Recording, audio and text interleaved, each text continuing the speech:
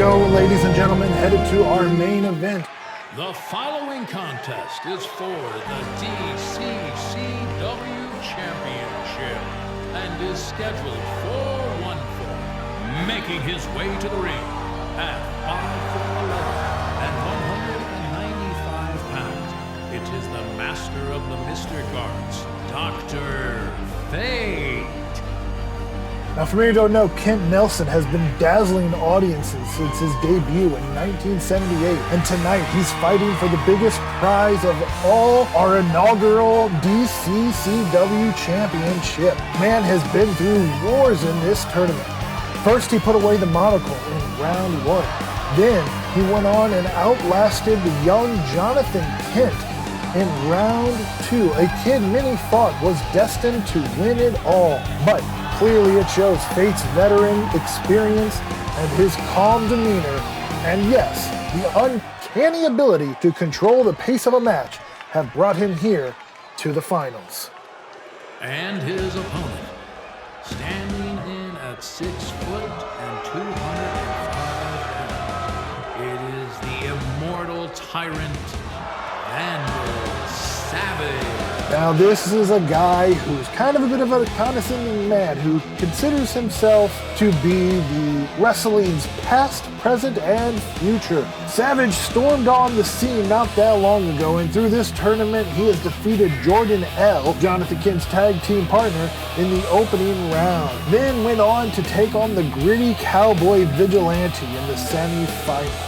Yes, he can be a bit flashy, and yes, he dresses very elegantly, but don't let that fool you. This guy is pure brutality, and you can see it in his eyes. He is already picturing that title around his waist. It is almost disgusting how little he cares about his opponents across the board. And there's the title being held up. It is a gorgeous title designed by Steel Works for us. And the bell, as Savage runs in right off and hits him with a heavy knee to the head. Look how high he flew up there. That's his game, though. He keeps it simple and he keeps it violent, as Fate, though, shows he is not rattled, returning right away with a couple of punches to the back. And they've got him. Fate and Savage are locked up. Now, Fate may be on the ropes, literally right here, but he has seen it all. He has weathered the storm. Remember, this is the same man that countered Jonathan Kent's power game with technical precision in the semifinals. If anybody can outthink Vandal Savage, it's Dr. Fate. He goes for the pin here. One count. Boy, what a back and forth this has been. Both of these men have carved their path through this bracket in very different ways. Savage bulldozing Vigilante with sheer force nearly broke the poor man in half. Meanwhile, Fate had picked apart Jonathan Kent piece by piece. Fate focused on the arms, which was Jonathan's strong game, while keeping the youngster grounded. Tonight, though, we're seeing two very different philosophies collide. We are seeing Vandal Savage's brute strength and force go toe-to-toe against Dr. Fate's calculated and technical prowess. As Savage leaps off the top turnbuckle, bringing an elbow down and then a massive clothesline, knocking Fate to the ground.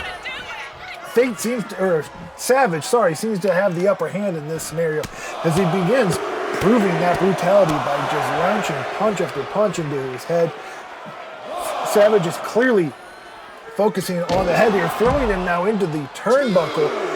Fate is clearly disoriented right now, as he now is whipped him right into those steels. As he goes, but Fate rolls aside and cross-bodies Vandal Savage, quickly getting back to the feet and taking the momentum in this match. You've got to give it to these two. These two are quite on top of their game, back and forth, as Fate rolls Savage over and picks him up by the head. But Savage counters with a dragon screw and brings Fate to the ground as Fate clutches his knee in pain. And now Vandal Savage climbs back into the ring, throwing his arms up, taunting Dr. Fate in a very, very rude and condescending manner. Look, and he's even throwing his arms up as Fate takes advantage of his showboating and knocks him to the ground. Fate rolls Savage over. And rolls him over again. Savage is trying to fight whatever Fate is doing there, but Fate picks him straight up from the ground. Just a straight deadlift from him and slams him down. Wow. The Fate bomb. 1, 2. Oh my goodness, I thought we had our first champ there. I mean, if I'm a betting man, my money's got to be on Dr. Fate. Yes, the guy has Vandal Savage has brute strength, but Fate's got power. Fate's got technical expertise.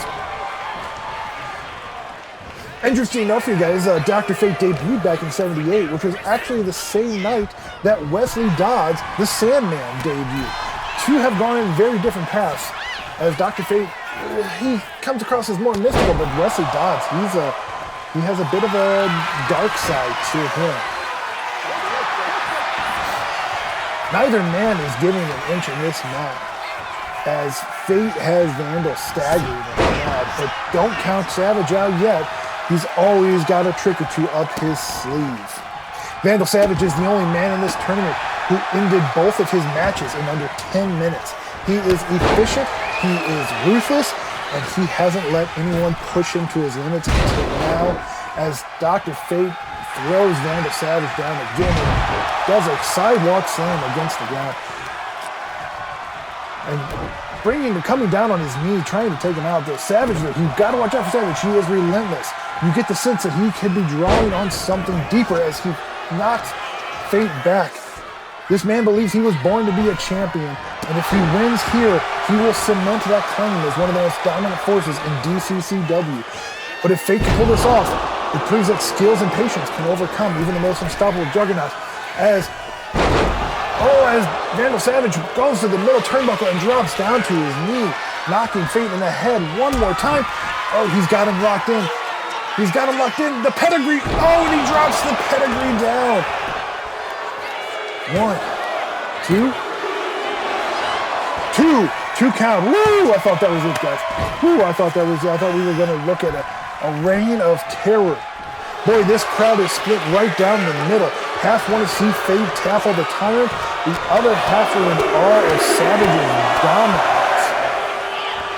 But say what you will about Savage, the man's condition is off the chart as he brings another knee right down to Dr. Fate's head. Dr. Fate smartly rolls out of the ring to try to catch his breath, as Vandal Savage, though, grabs him right as he gets back in and picks up and, just flapjacks him right to the ground again. He is just relentless.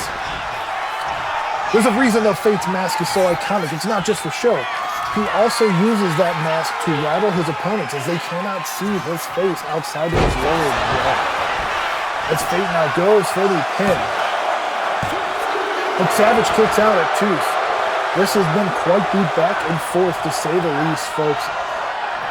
There is no denying that both men are well-deserved of this championship, whoever comes out in the end and wins.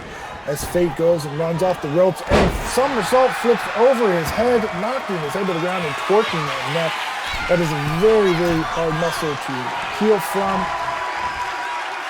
As Fate climbs to the top turnbuckle and leaps off in a crossbody, knocks Savage to the ground. The Savage clambers up and tries to get onto his feet using the turnbuckle and reverses his... and he's got him locked in for the pedigree again. Oh, and he drops him right onto his head. And he goes for the pin. And that's it. That's the 3 count. Vandal Savage has won. Your winner and new champion, Vandal Savage is our new Savage. DCCW Championship. I'm not sure how I feel about this, ladies and gentlemen. I'm not sure I like the idea of a tyrant wearing gold around his waist.